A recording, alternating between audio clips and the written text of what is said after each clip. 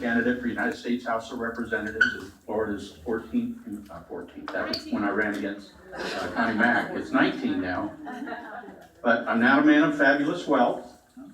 I'm not a man of a noble name, but those are my opponents. One has fabulous wealth, one has a noble name, thinks it's his birthright, just like the other guy I ran against. The good news is this young man has the decency to put his own name on the ballot. The last time I ran against a noble name, nobody would have voted for Cornelius Harvey McGillicuddy IV. So he didn't put that name on the ballot. That's exactly what happened. Connie Mack was the name he put on the ballot, and I only got 36% of the vote. But I think we have a real opportunity again in 19 this year. We've got water issues that are challenging everybody, and that's why we need to elect Ms. Freeman, because dirty water going in the lake means dirty water coming out of the lake. And the headwaters of the Kissimmee River start up by Disney and come down that US 27 corridor, which includes Hardee and Highlands County and all those counties there that she represents. So I would need her as my colleague to start cleaning up the water before it gets into the lake, so that when it exits the lake, it is cleaner than it is now. Now, we should continue to pursue the southern discharge into the Everglades, because that's the natural flow. But in the meantime, if we can clean the water coming into the lake, that will help a lot. And there's new technology available that can take and harvest the manure from the cattle lots and the dairy farms and the pig lots, and they can process it and re-inject it into the ground for fertilizer.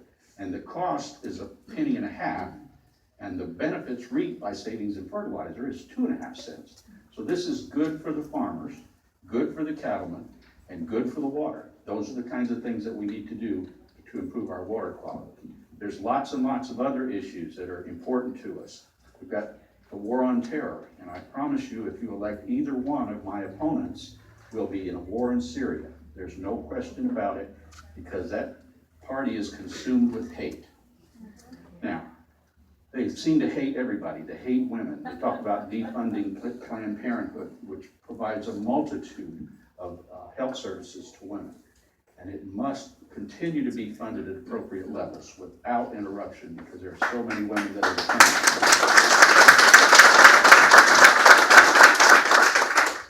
They hate Muslims.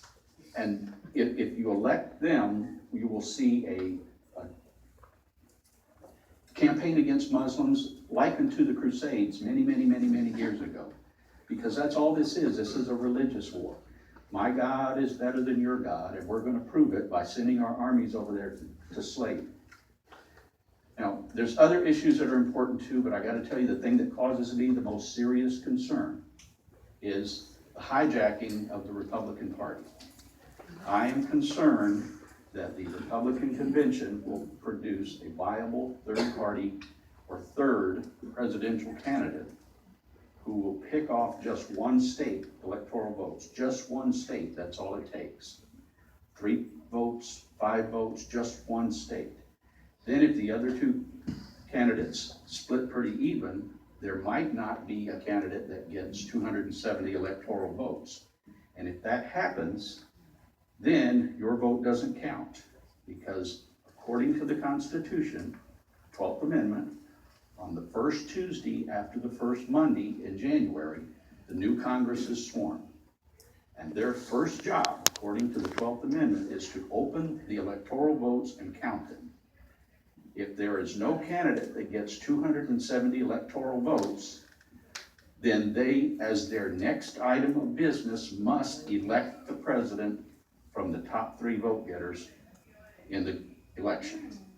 So the person sitting in the seat representing the 17th is April Freeman. The person sitting in the seat representing the 19th, Robert Neeld, will be the ones that cast the vote to elect the President of the United States in that situation. Now, I couldn't see whether that's really going to happen or not. That's why I got on the ballot, because we cannot afford not to be represented in a situation like that. It is a very dire situation, and we must be represented. Thank you for your time. Thank you for listening so intently. Thank you for your support. I'll take your questions.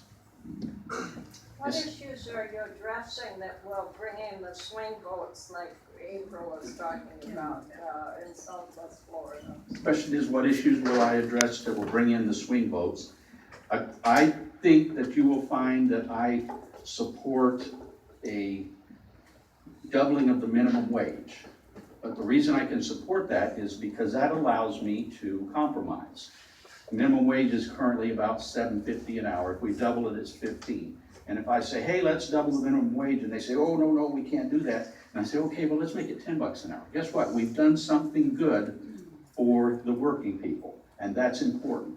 I don't want to be in a position where I'm not able to compromise and move things forward, because for the last 8 years, thanks to the Congress that we've had, they have done nothing but stonewall the president and provided us with no valuable movement forward, and we have to start compromising to get things done.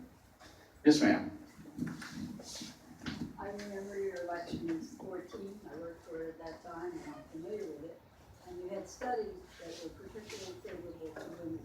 Your studies that you paid for, and but there was their economy all seemed to favor women. Are you continuing in that same road where you will support not just Planned Parenthood, but all the women's issues along the way?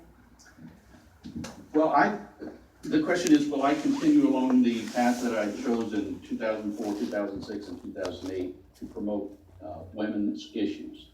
And I got to tell you, I think this world would be a better place if women were more in charge. Actually, in 2004, I took a lot of heat from the news press. Well, not so much from the news press, they understood me, but from Congressman Mack, because I suggested that we withdraw our troops from Iraq and send our teachers. And the whole goal was to get our teachers over there to educate the children, especially the little girls, because I know that when little girls are educated and when little girls feel worthy and when little girls are equal members of society, they will tame their husbands, they will tame their brothers, they will tame their fathers, and the world will become a more peaceful place. And so, yes, I plan to promote equal rights and equal treatment for women, not only in our country, but in other countries, if I may. I was mainly concerned with women's issues where they're voting, what we have to do with their bodies. Oh, yeah, certainly. That's the choice of the individual, not the state. That's crazy. That's just crazy. Yes, ma'am. Yes, I'm wondering whether terrorism issues, why they don't consider gun violence a terrorist issue. Yeah. We're a gun-toting society. They're doing something And, you can get a handful of people killed by somebody with a foreign name, and you get 24 people killed by somebody right here in the United States, every day. And I'll try and be quick. I think I'm running short of time, but as I examine, may I? Okay. As I examine the Second Amendment, okay, and I think about the time when the Second Amendment was written, a gun was a tool. They used those tools to feed their family. They used those tools to protect their family. And from time to time, they used those tools to rise up against the government that controlled them, okay? In 2016, that's not so much so. I go to the grocery store to get my food. I don't have to hunt to get my food. Now, people do hunt for sport, but that's not how they feed their family. Yes, they may take some game and bring it home and cook it and eat it and enjoy it. But I am horrified by all the blood that was shed. Those tennis shoes that you saw on TV of the surgeon that had it just causes me pause. I can't hardly stand it. So we have to do something. And here's my first suggestion. Let's pass a law that says gun manufacturers may not manufacture any weapons at all unless they are pink. And you may not artificially color a weapon to make it any color other than pink. Okay, because I believe that the whole problem with this is testosterone. Okay, I'm going to take a picture of me holding an AK-47 and put it on Facebook. And we'll do worse, we'll make it Pepto-Bismol pink, okay? And not even a woman would take a picture of herself holding an AK-47 that's colored Pepto-Bismol pink and put it on Facebook. We have to do something, and if you can't compromise with me about the color of the weapons, then you, sir, or ma'am, need to re-examine your inner soul about what human life and terrorism and domestic terrorism and killing. It's just unconscionable. It's just unconscionable. Thank you again. I feel it's so